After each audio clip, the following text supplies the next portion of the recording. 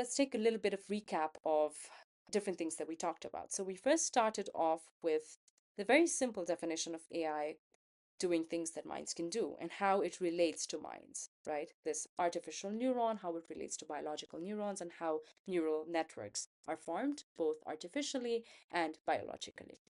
Now, along the same lines, we also talked about how AI is different than traditional programming, algorithms, how it's not hard coded, but rather it is based off of data and the patterns it learns of data. We then looked into machine learning, supervised learning, unsupervised learning, reinforcement learning, and so on. And then we leveled up the complexity a little bit with these very, difficult looking models, which were deep learning models. After deep learning models, because these traditional deep learning models could not do enough because of their certain constraints, we then introduced this concept of how generative AI came into place, why it was so special because of its innovation capability, just like our minds, and how attention, this concept of attention, specifically in language models, played a very huge deal of, bringing the ChatGPT that we have today. Now, having said all of this and having also realized what these foundation models are that people have been talking about and these tech companies have been trying to ace, let's now talk about how we can use it as an individual. Right now, in our second part series, we'll also be talking about how you can use it as in your own company. What are the different things that you'd have to look into? But for now, we'll talk about things you can do as an individual level and to what tools that you have access to. So for now, you might have already noticed that my video has been more related to more language tasks, but I'll also come to a little bit of vision tasks and how you can use prompting for vision models as well. For now, let's talk about what is this concept of prompting, right? It's, as I said, prompt engineering has been quite a booming field in the field of not just LLMs, but also for vision models. And here, this idea of prompting is basically instructing any model to perform a specific task. And it's not instructing with the help of any coding languages or any fancy languages, but it is a natural language that we humans speak. That's prompting, right? Now, we've talked about foundation models. What I would want you to think about it as these foundation models as your smart friend. Okay, as I said, they've been trained on a lot of amount of data. They have this capability of generating new stuff, innovating new stuff. So basically, they have knowledge of everything in the world. But if you have to tell your smart friend to get a t-shirt, specifically a green t-shirt from a particular mall, then obviously, no matter how much knowledge they have of their world, they will be needing proper instructions from you so that you can get the most out of your smart friend, right? So foundation model here, like for example, ChatGPT, is your smart friend. The thing that you need to know is how can you instruct your friend well so that you can get the best knowledge out of them or the best innovation capability out of them. So we'll talk about these principles of prompting that I feel like everyone should be knowing, whoever has been using these language models for quite some time now. Now, these are principles that have been taken from one of the deep learning courses. It's still available. It's a great course on these ChatGPT prompt engineering. Again, as I said, most of these tactics that I will be explaining would be more specific for ChatGPT itself. But again, this would be followed mostly in other LLMs such as Claude or any of these, chat chatbots that you see available out there. So, one of the first principles that this course introduces is being clear and specific with whatever you instruct. Okay. Now, it might sound very simple, but let's talk about this first tactic that you can use. The first tactic is to use delimiters wherever possible to indicate what distinct parts of your input are. So for example, delimiters here for me in this case are these three backticks that I prefer to use whenever I give a specific task to an LLM, right? For this one, it is summarizing a text which has been delimited by triple backticks. Now, this might sound very like simple to do or it's not much use, but this is specifically important when you have a chain of tasks that you have to give. For example, you have a task that says, okay, here is a list of articles that I would want you to go through. Next, I would want you to prepare a list of themes that were introduced in these articles and write it in this particular format. And then I would also want you to give a topic for your piece along these themes, right? So as you see, it is a chain of tasks, and each task has to be separated. It's good that you separate each task with certain delimiters so that the language model is not confused where a certain part of your input ends or even begins, right? So delimiters, while it might be a little bit of work to make a habit while you're, putting some input to your chat models, but it's still a very good practice. The second tactic here would be to ask for a structured output format. Now, here as well, many of you might have already known this while you have been like dealing with ChatGPT or any other large language model out there, that you can request for a particular format, right? Formats could start ranging from tables, it can be CSV files, it can be Excel sheets. Again, it depends a lot of how many constraints you have depending on the version that you use. But for most part of it, you can even request code that can be easily copied to any code editor. You can even request a particular form of a JSON file or a JSON object that you have, or even a CSV or a table. As I said, this table can be easily copied to your Excel sheet or whatnot. So another part of being clear and specific when you're prompting something, a very good practice is also not just telling what to do, but also specifying a structured format if you would like to do so. The third tactic here is to ask the model to check whether conditions are satisfied or not. Now, there's one example for conditioning that I've prepared here where I've said that, okay, so here is a list that I have. If the text does not have a stepwise introduction, then do not do anything. If yes, rewrite those instructions in a following format, right? So in this way, what you've done is you've not just conditioned the LLM to check a certain set of conditions before performing a certain task, but you've also added a format or an output format that we've studied before this. Another very important thing that I use this particular tactic for is specifically when I'm doing research on anything, and I find a bunch of resources that I would want to look into. Now, just to save some more time, what I usually do is when I do have a list of resources, I provide the list of resources to ChatGPT or any other LLM, and I'd be like, okay, here are the list of resources. I'm researching on this particular topic. So go through these lists of resources, and if any resource is related to my topic, then go ahead and find out these necessary themes or these observations that were included in this particular reading, or else you can just bypass a particular reading. So if you can think of it, this is usually how research works is, or how you can increase your productivity when doing research is, you would not want to waste your time in going through subject matters that are not related to your research field or that have something else related to your research field. You would want to condition it, or you would also want to condition your process or your, let's say, your research process into thinking that, okay, if this does not contain something, I might skip it as well. This might save me some time. And that's exactly how you would prompt any language model to do so. And the last tactic for, being clear and specific is, I've also introduced this before, is this idea of few shot prompting. So up until now, when I say something like summarize this article and I give the article, it's something called zero shot prompting. I'm not giving examples of how it should be summarizing something, right? So few shot prompting means including examples of what you would want as an output in the input prompt itself. So for example, here you can say that I've instructed it to answer in a consistent style, and I've also shown what consistent style means to me. So as a result, following this consistent style, ChatGPT answered as a grandparent in the style that I provided it with.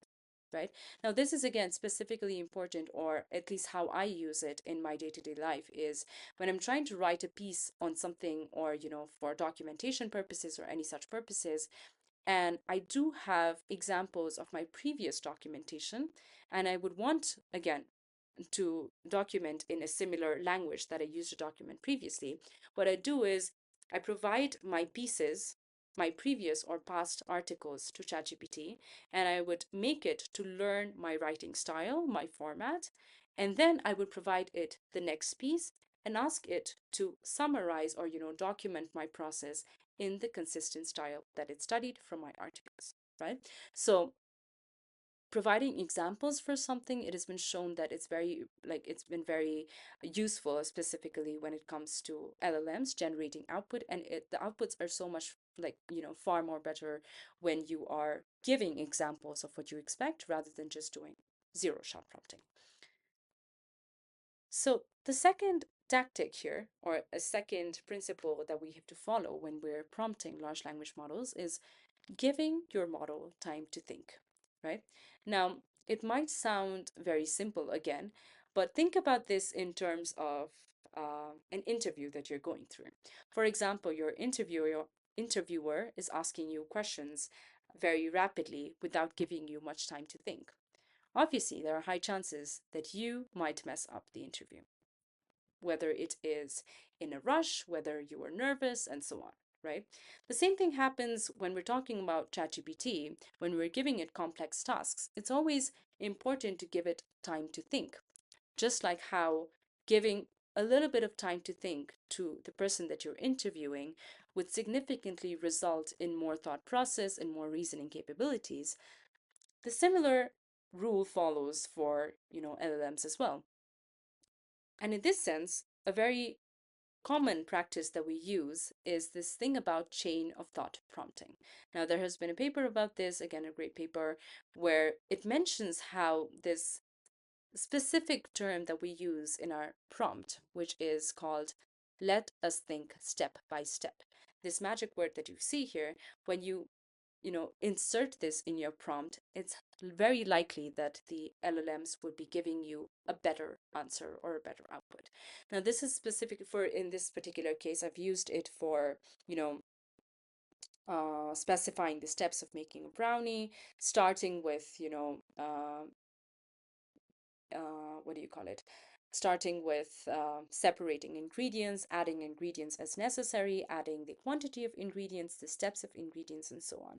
Now, again, this might seem as a very simple thing to do, but it's this very phrase of, let's think step by step. It has been proven very useful for complicated tasks which require, a lot of reasoning in each and every step, specifically in research purposes or even mathematical steps.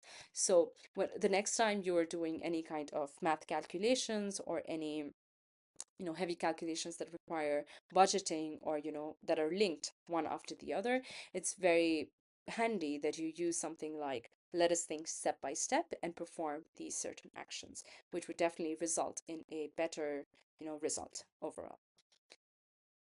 And last but not the least, it's also about instructing the models to work out its own solution before rushing to a conclusion.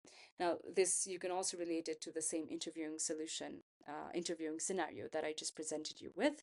But what happens is with these LLMs, you might have been noticing that it does not do that well when it comes to mathematical calculations. I remember when I did this with, I think, when I generated data having a certain median, a mode, and an average, median, mode, and mean, I remember that the data that it generated was not essentially very true.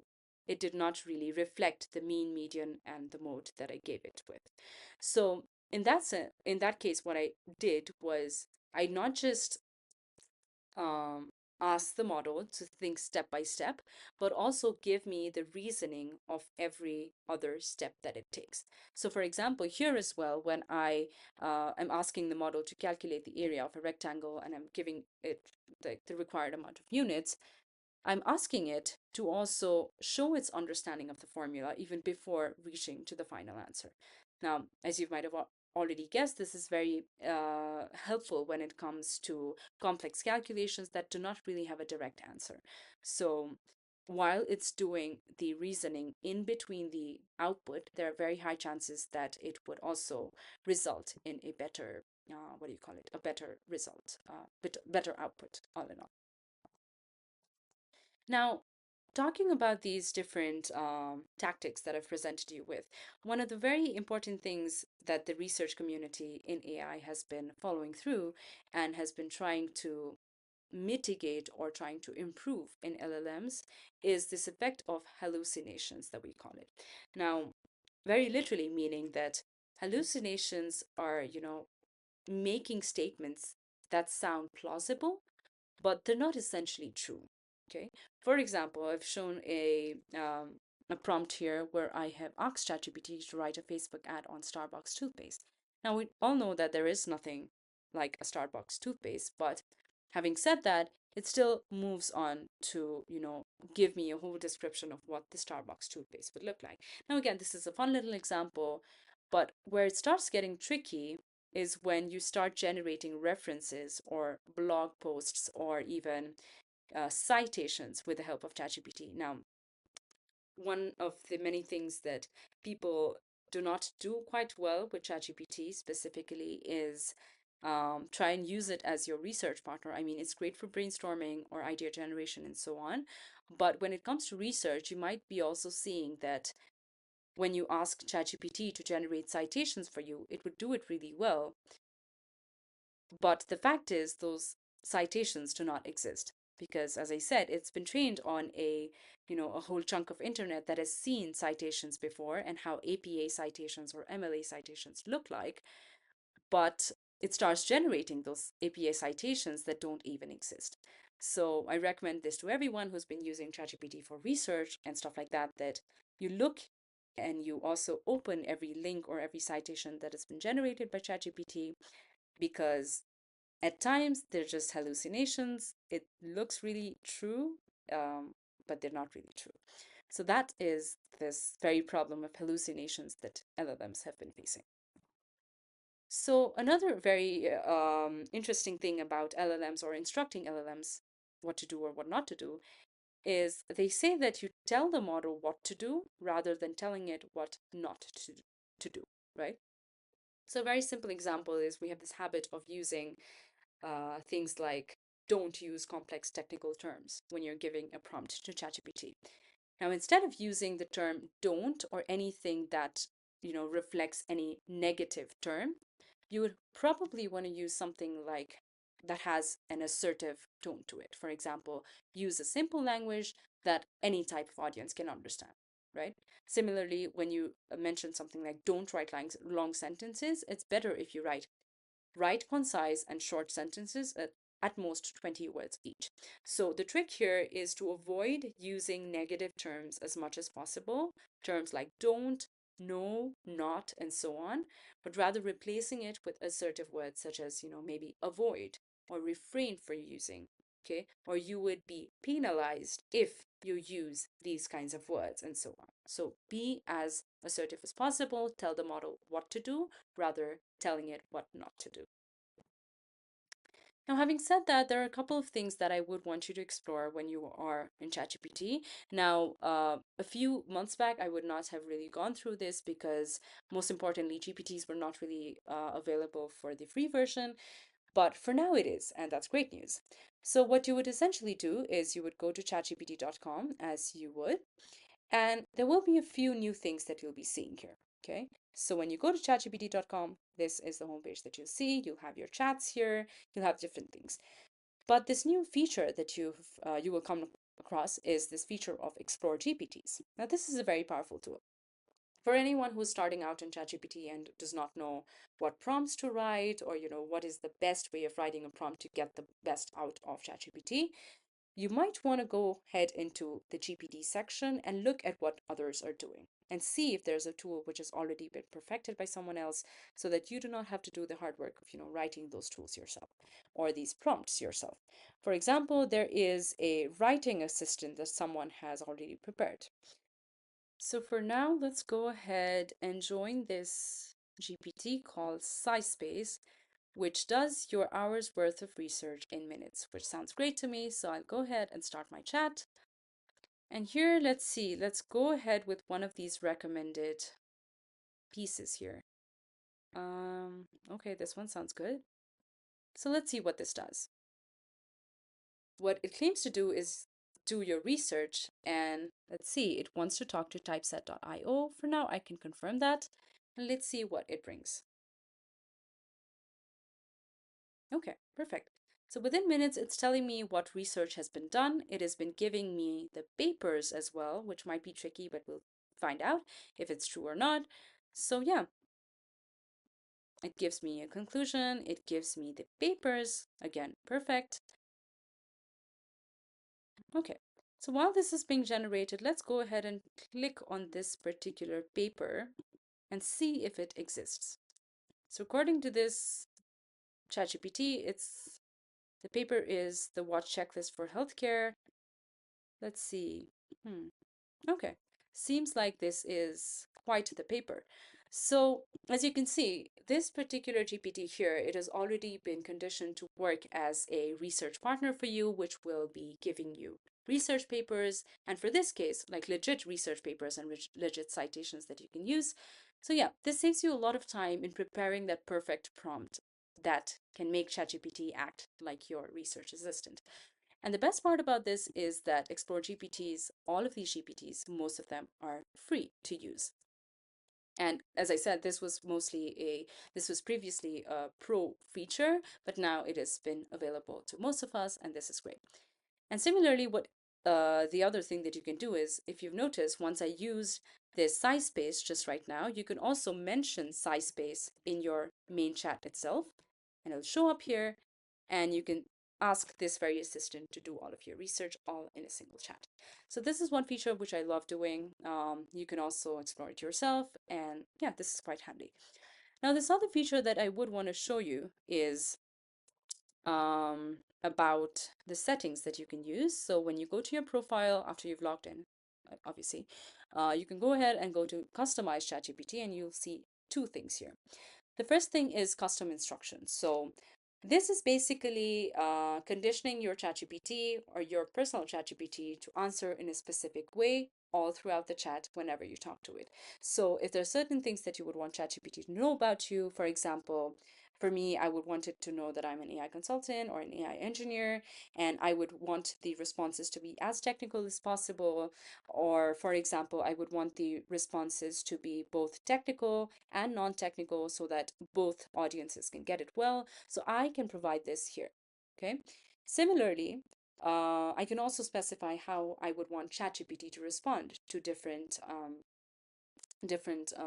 chat that it has been sent to. So, for example, I would ask it to avoid saying anything that is not safe for work, avoid saying that anything that is derogatory, and so on. So, anything that you would want to prioritize or avoid, you can go ahead and add it in this section. And so, once you add anything, you can go ahead and enable it for all your new chats, and you can save it as well. So, what this does is following this conversation after this, it will be following your instructions and these, yeah, these small snippets that you provide here. So that's how you can customize your own ChatGPT for your own like individual purposes.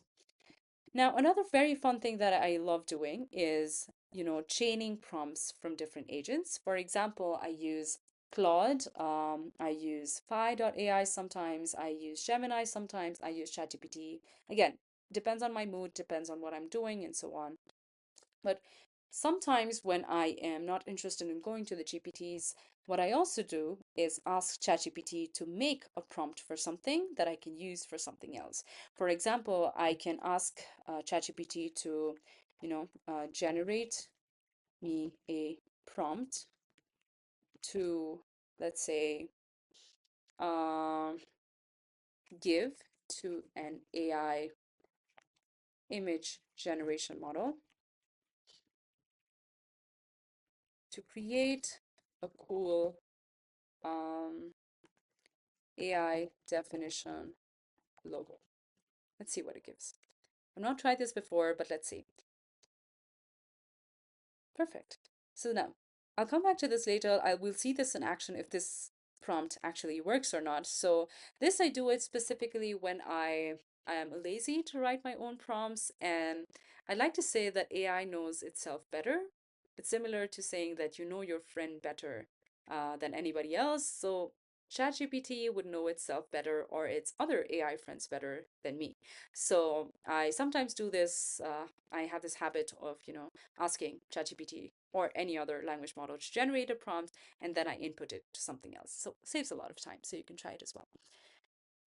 So having said that, prompt engineering, I'll come back to this for images itself. When we say prompt engineering or becoming a good prompt engineer, it's not always about, knowing the perfect prompt. Okay. And it's okay if you do not know the perfect prompt.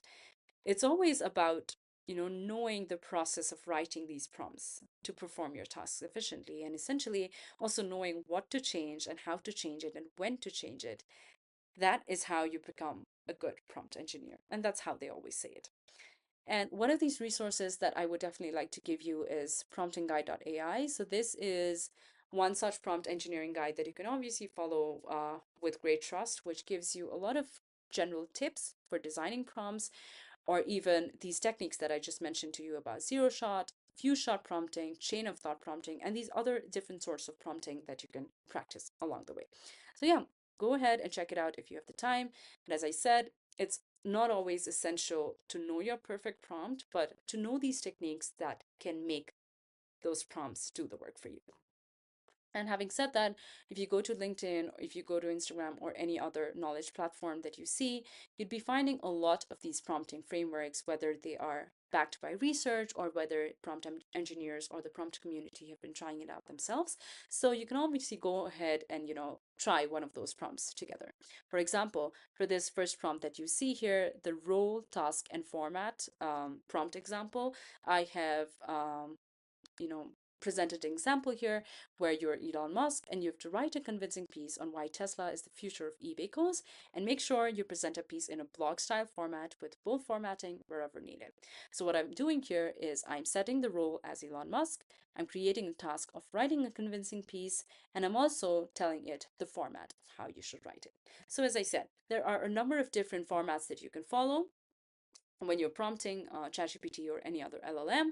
And it's always good to have one of or two of these formats handy, just so you have your tasks ready for you. So having said that, that was mostly for LLMs, as I said. But for me, what happens is when I'm with vision models like DALI or Midjourney or even FastFlux that you have right now, I get very stuck with what kind of prompt should I give to vision models, because I obviously have the picture in my head of what exactly I want. But when it comes to describing that picture so that I can get the best one out there, it's always very difficult for me. So what I usually do is I go ahead to prompthero.com. And so this is one such site that you can see has a lot of resources in terms of vision models, right? So you can see Stable Diffusion, you can see Midjourney, you can see Flux, which is the latest one. Let's go to Flux. I've not tried this one out. So as you can see, you'll find a lot of different things that people have created or other artists have created so far. So we go ahead and look at this particular image right here.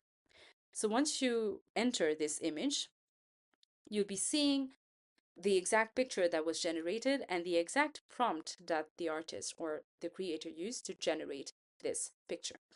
Now, what I do is if I like the style of this picture and if there's only these minor changes that I would want to see or generate, I'd go ahead and copy this particular prompt.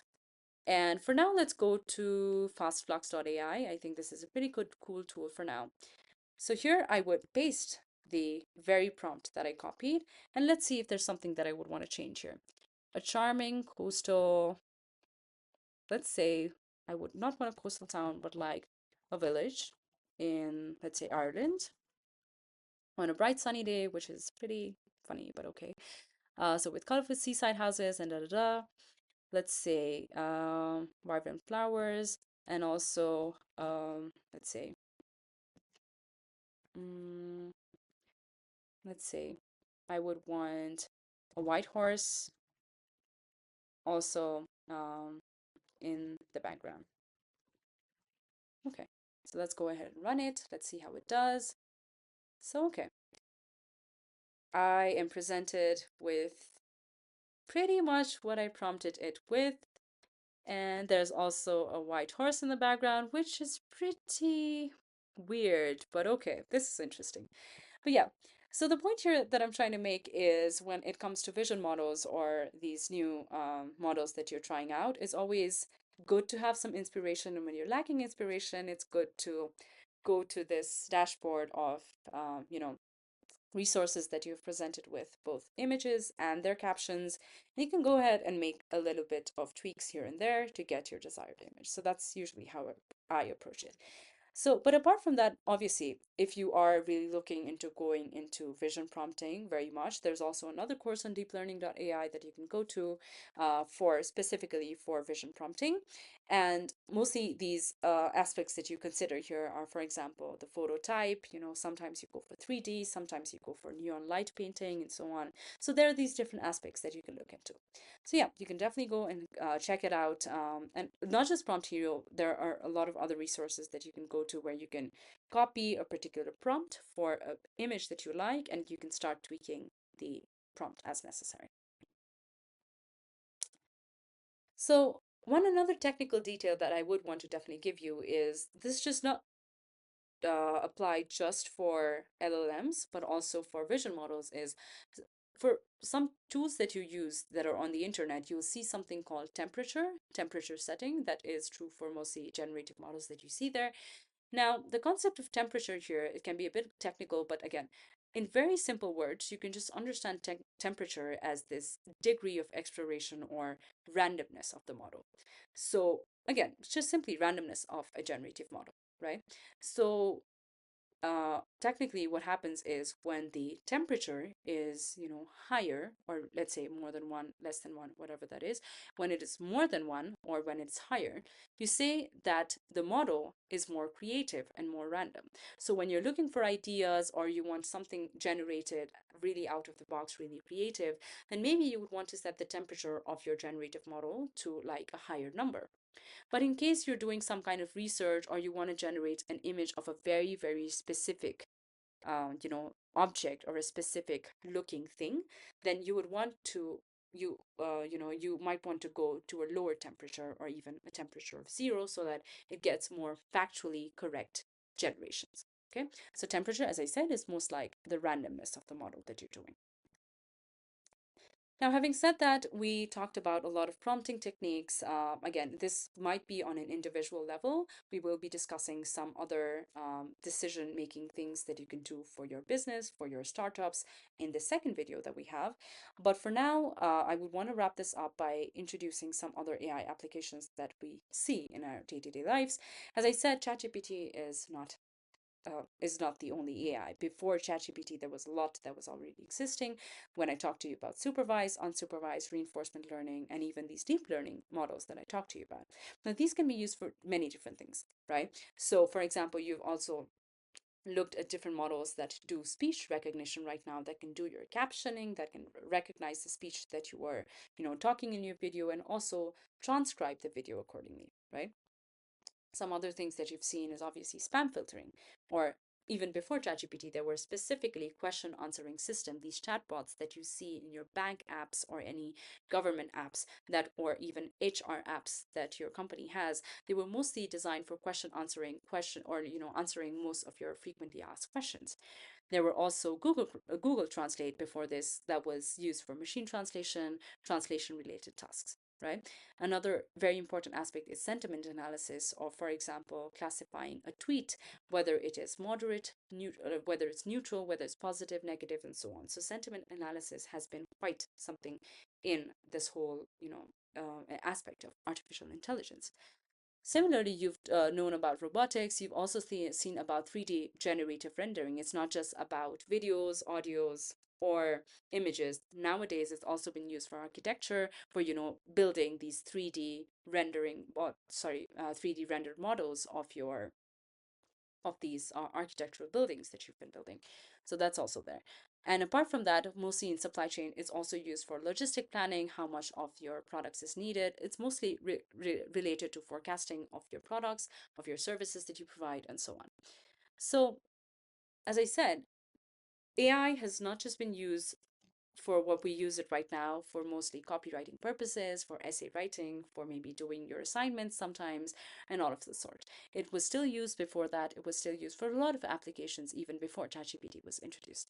And so if you are a business owner or you are a startup owner looking into entering the field of AI, or even getting your own AI powered startup out there, it's very crucial that you understand that there's a lot of other things that are possible and the opportunities are quite endless.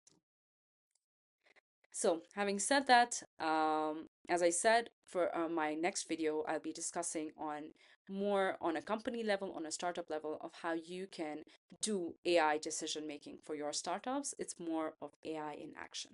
So, stay tuned for that video. And again, feel free to comment your questions and thoughts, and also your thoughts about this video. Until then, keep learning and explore all of these tools that I have for you.